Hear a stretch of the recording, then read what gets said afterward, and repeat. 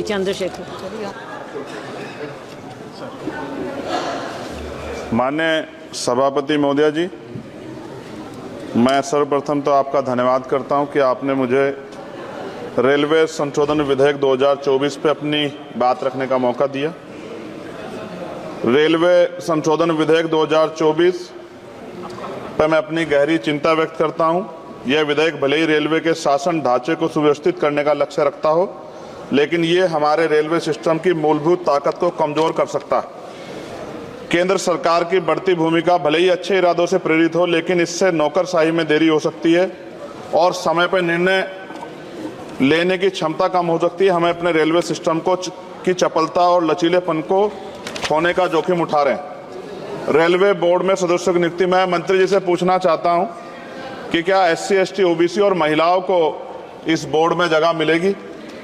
Railway board सदस्यों की नियुक्ति शासन का एक महत्वपूर्ण पहलू है।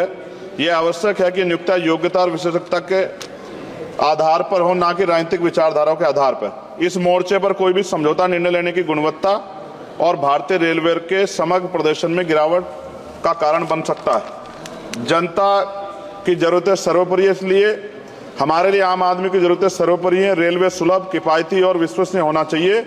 विधेयक को सुनिश्चित करना चाहिए कि इन सिद्धांतों का पालन होगा। हालांकि विधेयक का उद्देश्य अच्छा हो सकता है, लेकिन इससे संभावित परिणाम दूरगामी है। हमें सावधानीपूर्वक आगे बढ़ना चाहिए और सुनिश्चित करना चाहिए कि सुधार रेलवे के मूल तत्वों को कमजोर ना करें। साथ साथ सभापति महोदया, जिस लोकसभा क्षेत्र से मैं आता हूं, नगीना, वो बहुत पिछड़ा हुआ क्षेत्र है। वहाँ के युवा, किसान, महिलाएं, मजदूर जीवन यापन करने के लिए कठिनाइयों का सामना करना पड़ता है उनको। इसलिए मैं माननीय मंत्री जी से मांग करूंगा कि नजीबाबाद से मुंबई और जम्मू के लिए ट्रेन चलाई जाए। साथ साथ नजीबाबाद स्टेशन गढ़वाल का प्रवेश द्वार है। मैं आपसे आग्रह करूंगा कि वहां जल भराव की समस्या होती है स्टेशन पे, उसकी देखरेख की जाए। बेगमपुरा एक्सप्रेस वाराणसी टू जम्मू तवी का स्टॉपेज वहां हो। दिल्ली जाने के लिए सुबह में कोई ट्रेन नहीं है, मुझे भी आना पड़ता है तो बहुत परेशानी का सामना करना पड़ता है अक्सर, जब मैं कोशिश करता हूं कि सेशन में चला जाऊं, क्योंकि ये रेलवे की सुविधा आपने उपलब्ध कराई है। जलालाबाद क्रॉसिंग पे ओवरब्रिज बनना चाहिए। धामपुर में 2 जगह पे समस्या है सर, कई घंटे खड़ा होना पड़ता है, ओवरब्रिज की आवश्यकता है वहां। नगीना में ओवरब्रिज की जो कोतवाली वाला क्षेत्र है उसमें, सेहोरा में ओवरब्रिज की दिक्कत है, किरतपुर में है। और बैकलॉग सर बहुत इंपॉर्टेंट विषय है।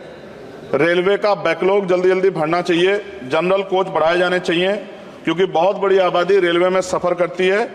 बहुत लोगों की जान दुर्घटना में जा रही है। हमने कई एक्सीडेंट जो है देखे हैं, और एक कर्मचारी की जान गई जिस तरह दबके, ये भी एक बहुत बड़ी समस्या थी। जनता में गुस्सा पैदा हुआ, इसकी रोकथाम की जाए। गरीब यात्रा करने के लिए जाता है, अंतिम यात्रा ना हो जाए, इस बात का हमें ध्यान रखना पड़ेगा। साथ साथ इसका मुझे एक मुख्य कारण ये दिखाई देता है कि लोको पायलट को रात और दिन में ड्यूटी करनी पड़ती है। मैं खत्म कर रहा हूं। रात की ड्यूटी कठिन है, उसके बाद पर्याप्त आराम चाहिए। इस संबंध में HPC का सुझाव भी था कि लोको पायलट के लिए 2 रात्रि बाद ड्यूटी का आदेश हो, तो ये इस पे अमल नहीं किया गया, जिसके कारण उनकी आंख लग जाती है और कई बार दुर्घटना होती है। हजारों लोगों की जिंदगी से खिलवाड़ नहीं होना चाहिए। कोरोना काल में बंद गई ट्रेन पुनः चालू की जाए, और SC, ST, OBC के बच्चों को जो पहले पास मिलते थे, जब कई कंपटीशन की तैयारी के लिए वो पेपर देने जाते थे, मिलते तो बंद कर दिए। सरकार कहती है हम दलित पिछड़ों के हितैषी हैं, लेकिन जब सरकार उनके बच्चों के आगे तरक्की के रास्ते बंद कर दी तो कैसे चलेगा? और जिस तरह लगातार निजीकरण हो रहा है, इस निजीकरण से सरकारी नौकरी खत्म हो जाएगी रेलवे में, तो ये दलित पिछड़ों के बच्चे कहां जाके बैठे, कौन सी कुर्सी बैठे? आज भी देश में सामाजिक गैर बराबरी है। तो मैं इसलिए मंत्री से मांग करता हूं कि आपने नजीबाबाद में वंदे भारत का स्टॉपेज दिया, इसके लिए मैं आपका धन्यवाद करता हूं। लेकिन ये भी, इसके अलावा हमने कई मांग उठाई थी, लेकिन उन पर कोई कार्रवाई नहीं हुई। तो मंत्री जी, पार्टी से अलग हटके आप सोचे कि उस क्षेत्र का भी तरक्की होनी चाहिए, ये भी आपके अधिकार क्षेत्र का मामला है। मैं दोबारा सभापति महोदय को धन्यवाद देता हूं और माननीय मंत्री से आग्रह करता हूं कि हमारी मांगों पर ध्यान दें और उस क्षेत्र में अवसर पैदा हो, इसका ख्याल रखें। बहुत बहुत धन्यवाद।